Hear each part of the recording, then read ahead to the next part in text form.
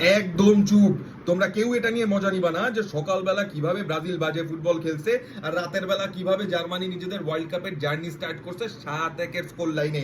ভাই অনেকে এটা নিয়ে মজা নিতেছো, দেখতেছি যে ভাই জার্মানি আরো 1-2 গোল দিতে পারতো, কিন্তু ইচ্ছা করে দেয় নাই, কারণ নস্টালজিয়া হিট করতে হবে। প্রথমত তোমরা যারা যারা এইসব নিয়ে মজা নিচ্ছ তোমাদের কপালে শনি আছে, কিন্তু রবিবার রাতের বেলার আলাপ যদি আমি দিতে যাই ভাই, জার্মানি যেই টিমটাকে বলছে যে ভাই কুরাসাও তোমরা বাসায় চলে যাও, এই টিমের এই দেশের পপুলেশন মাত্র 1.5 লাখ। যখন ব্রাজিলের স্ক্রিনিং হয়েছে শাহবাগে এর চেয়ে বেশি মানুষ ছিল।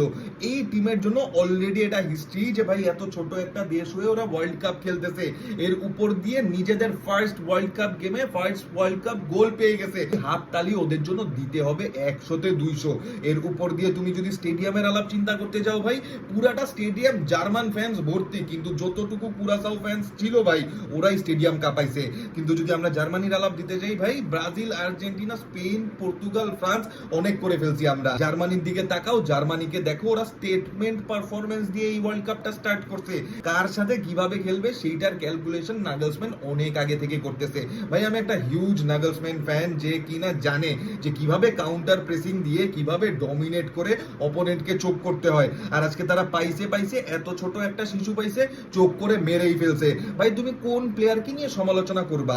ভাই যেখানে ফ্লোরিয়ান উইটস লিভারপুলে এক মানুষ, মনে হয় যে ডুয়াল পার্সোনালিটি হয়ে যায় যখন যে জার্মানির জার্সি পরে খেলতে নামে।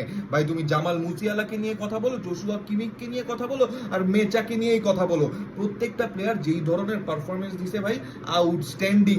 আর এই জায়গায় তো কাই হ্যাভার যতবার আমি দেখি যে জার্মানির জার্সি পরে খেলতে নামে ভাই ও হয়ে যায় রোনালদো নাজারিও। এখন তো জয়েন্ট টপ স্কোরারও এই ওয়ার্ল্ড কাপের। ভাই তুমি আর কিছু বলো না বলো, জার্মানি যে এই ওয়ার্ল্ড কাপে আন্ডারডগ হিসেবে আসছে, জার্মানি একটা বড় দেশ, Germany one of the favourites, কিন্তু নিজেরা ওয়ার্ল্ড কাপ পাওয়ার পর থেকে ওদের যে বেহাল দশা, এখান থেকে যখন ওরা এই ওয়ার্ল্ড কাপ এই স্টেটমেন্ট পারফরমেন্স দিয়ে স্টার্ট করছে, সেই হিসাবে ভয় পাও তোমরা অন্যান্য বড় টিম যারা যারা আসো। কারণ জার্মানি যখন গোল দেওয়া স্টার্ট করে ভাই, 7টার নিচে গোল দেয় না, 7টার উপরেও গোল দেয় না, খাইলে ভাই একটাই খায়, দুইটাও খায় না।